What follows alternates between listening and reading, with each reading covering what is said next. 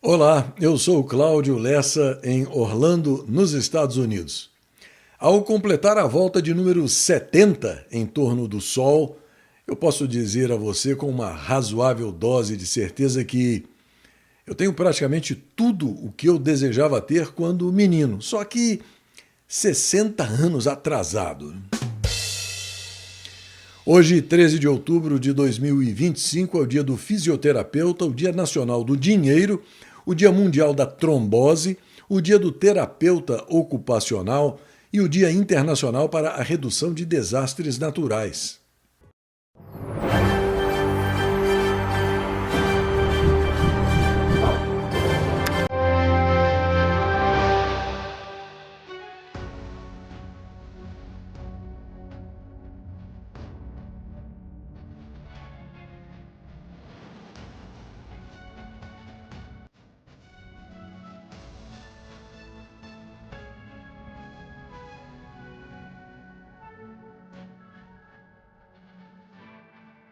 Os indicadores financeiros mostram a acentuada elevação do dólar e do euro, o recuo da Bolsa de Valores, Bitcoin em alta expressiva, IPCA e Selic na mesma e a alta do grama do ouro.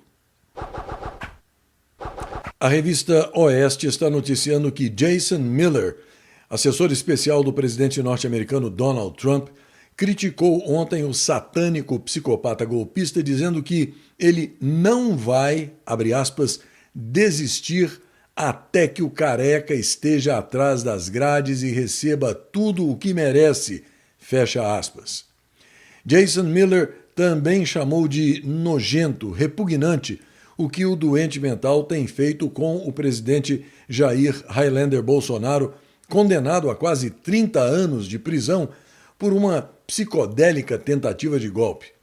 Na postagem, Jason Miller também defendeu Felipe Martins, ex-assessor de assuntos internacionais do governo Bolsonaro, afirmando que, abre aspas, o que ele fez com Felipe Martins é repreensível, fecha aspas.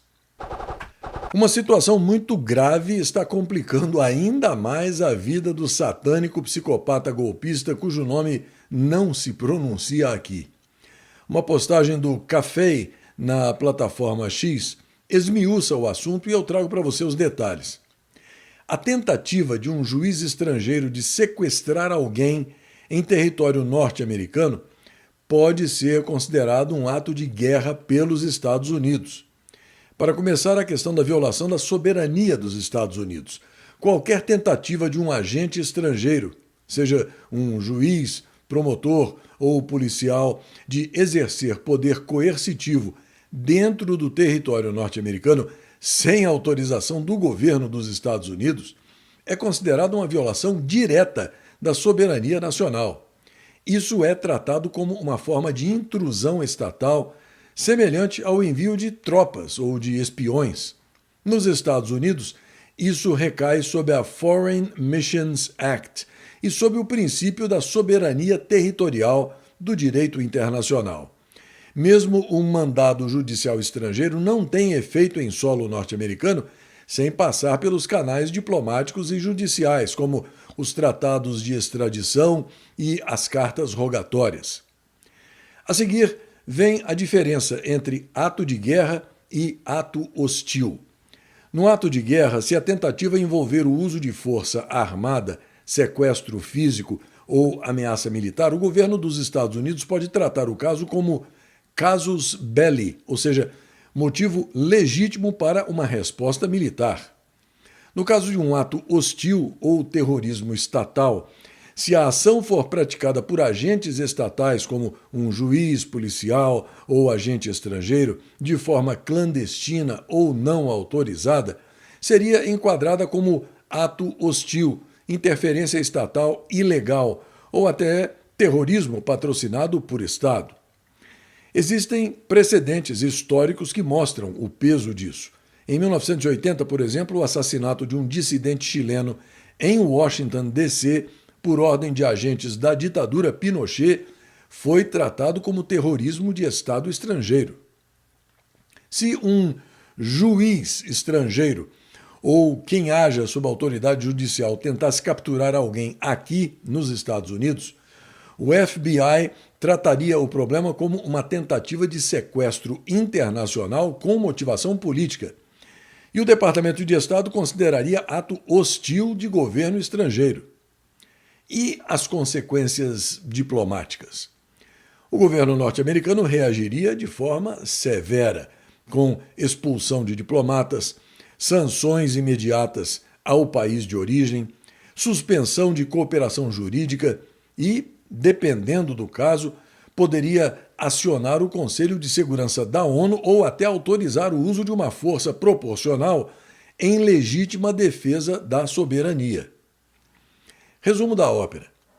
Um juiz estrangeiro tentar sequestrar um cidadão norte-americano em solo norte-americano é considerado uma violação grave de soberania e pode ser interpretado como um ato de guerra se houver envolvimento direto ou apoio do Estado estrangeiro. E se você ainda não está sabendo o que aconteceu a essa altura e não está entendendo o motivo de toda essa explicação, fique sabendo que o satânico psicopata golpista de notória ignorância jurídica e de suprema soberba mandou os jagunços dele, da Gestapo Federal Brasileira, monitorarem, prenderem e sequestrarem Flávia Magalhães Soares, uma cidadã norte-americana em solo norte-americano. Isso já repercutiu mundialmente, como você pode ver pela postagem do Mário Naufal, que eu também vou trazer para você daqui a pouquinho. As autoridades norte-americanas, tais como o Departamento de Estado e o secretário da Guerra, já estão cientes. O Mário Naufal também não deixa por menos e diz: imagine um juiz tão poderoso que ele tenta prender um norte-americano nos Estados Unidos. Mas ainda fica pior. Ele tentou fazer isso usando policiais brasileiros.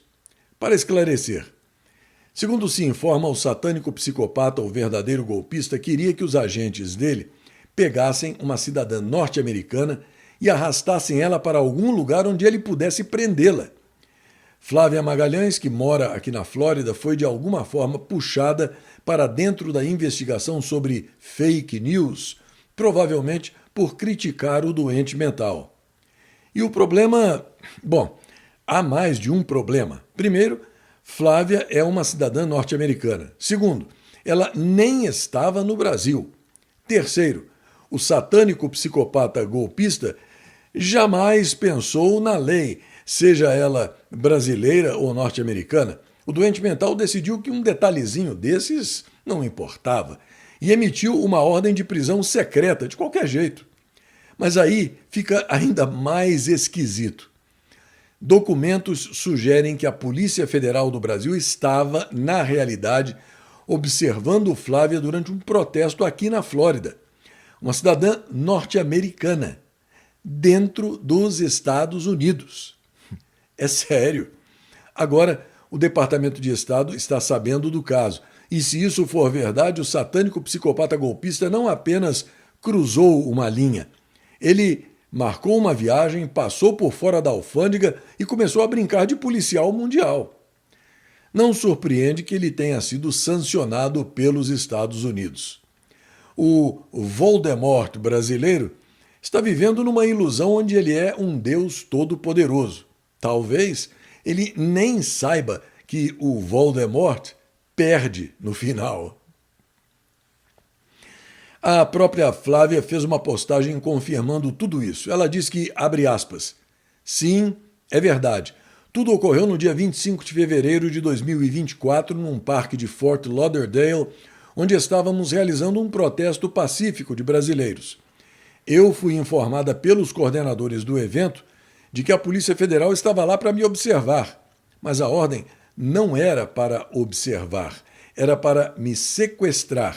Meus advogados confirmaram o que eu já disse. Agora temos provas. Fecha aspas. O maior ladrão da história do Brasil chegou ontem a Roma, na véspera de um encontro programado com o Papa Leão XIV no Vaticano e de eventos da ONU. Apesar da passagem pela Itália, não há expectativa de uma reunião com a primeira-ministra Giorgia Meloni. O que se informa é que o cachaceiro corno ladrão de velhinhos e aposentados, em mais essa caravana holiday internacional, estaria na Europa para receber um prêmio. O Prêmio Nobel. Você tem tido dificuldade para ver o CL News ou o segmento de orações? Seus problemas acabaram. Espalhe essa boa notícia. Guarde o site clnewsoficial.com na memória do seu navegador e fique sempre muito bem informado. Acesse o site clnewsoficial.com quantas vezes quiser. Veja o CL News, o segmento de orações e muito mais. Você viu nos indicadores financeiros o violento salto no câmbio quando o dólar, por exemplo, pulou de R$ 5,37 para R$ 5,50 de uma vez só. Essa perturbação generalizada foi causada por uma declaração do presidente Donald Trump, reclamando de uma posição comercial extremamente agressiva tomada pela China, que anunciou ao mundo por meio de uma carta que os chineses vão impor, a partir de 1º de novembro, controle de exportação de larga escala sobre praticamente todos os produtos chineses e alguns que eles nem fabricam. Isso, segundo Trump, afeta todos os países, sem exceção, e foi um plano arquitetado pela China há muitos anos. É algo jamais visto no comércio internacional e uma desgraça moral no tratamento com outras nações.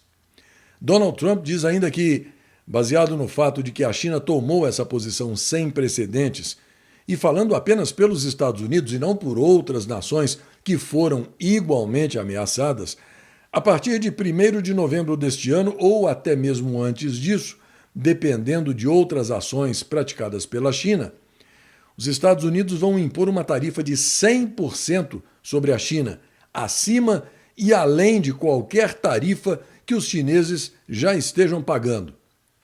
Da mesma forma, a partir de 1º de novembro, o governo dos Estados Unidos vai impor controles de exportação sobre qualquer e sobre todo software considerado crítico.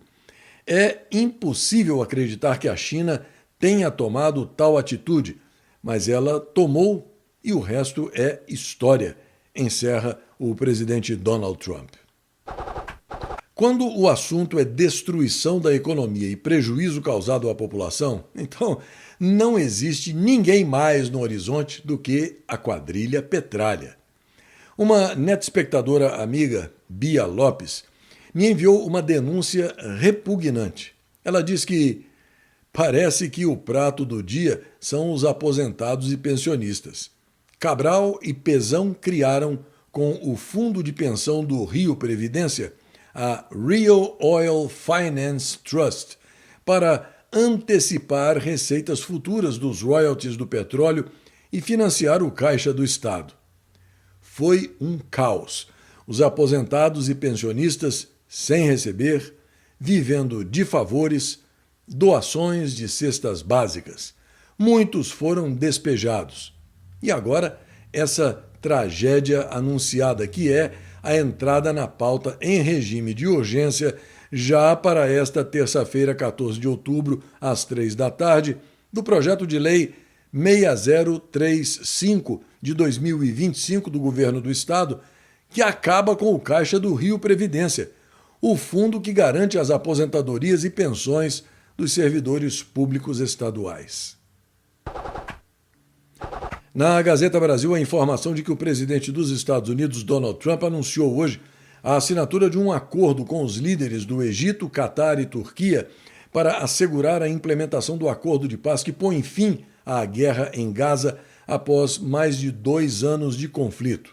O documento estabelece a supervisão conjunta do cessar-fogo, um esquema para o intercâmbio de reféns e prisioneiros palestinos e a reativação de canais diplomáticos para buscar um acordo global para o enclave.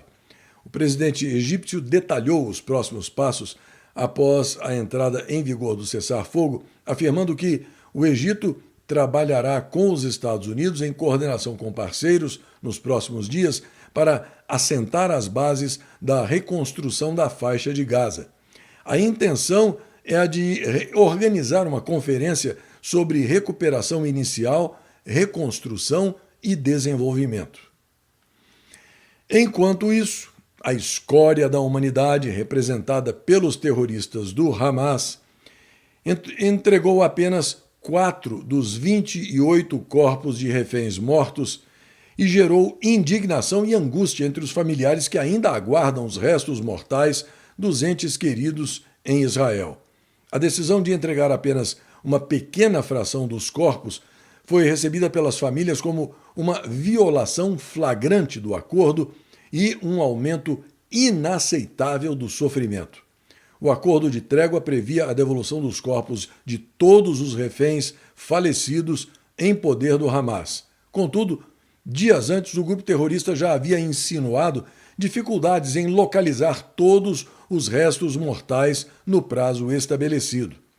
Embora a inteligência israelense esperasse receber entre 7 e 15 corpos, a cifra final de 4 foi muito menor, aumentando a frustração. O enviado especial dos Estados Unidos, Steve Witkoff, já havia alertado as famílias sobre os obstáculos logísticos e de localização que pode atrasar o processo. Um dos reféns libertados hoje pelos terroristas do Hamas foi o jovem Eviatar David, que enfrentou um dos mais bárbaros abusos no cativeiro: ser forçado a cavar a própria cova. Após mais de 700 dias de horror, David se reuniu com seus pais em um reencontro tomado por alegria e incredulidade. David, de 24 anos, estava entre os últimos 20 reféns vivos libertados como parte do acordo de cessar-fogo entre Israel e Hamas.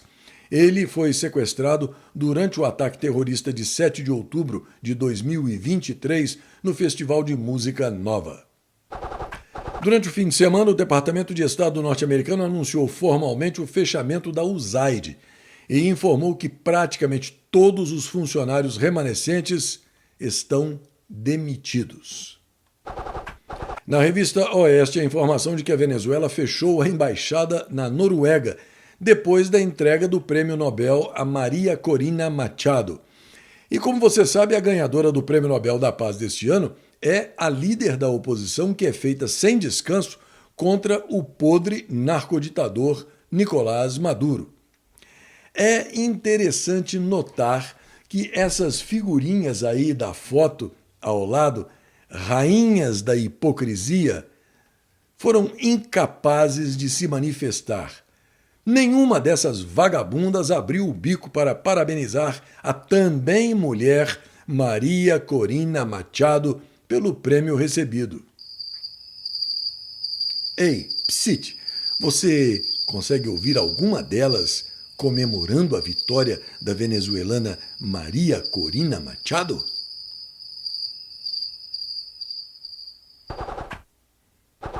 Neste dia 13 de outubro, em 1843, na cidade de Nova York, era fundada a B'nai B'rith, a mais antiga organização judaica de serviços do mundo.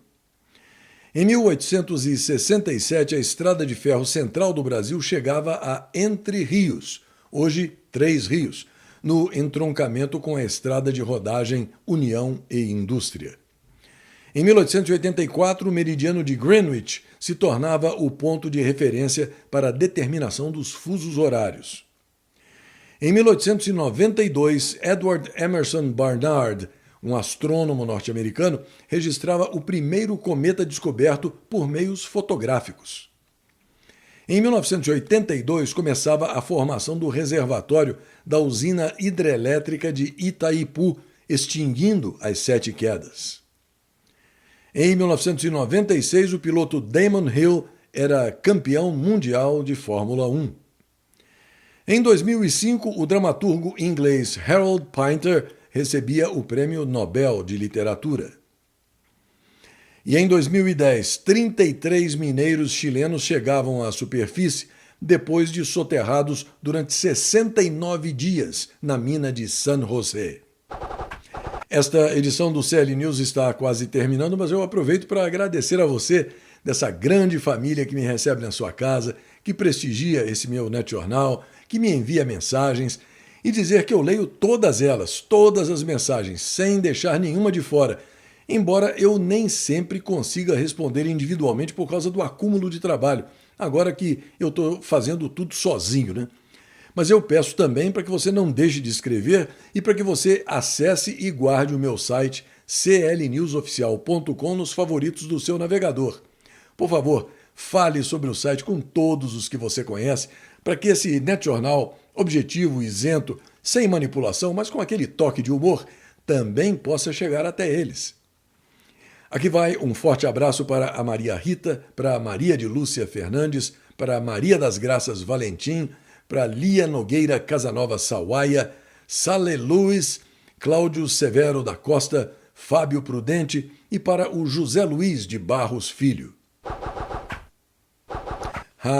E mais uma coisinha. O tempo passa e agora eu sou tão velho, mas tão velho, que me lembro de quando mudança climática era chamada de primavera, verão, outono e inverno. Até a próxima.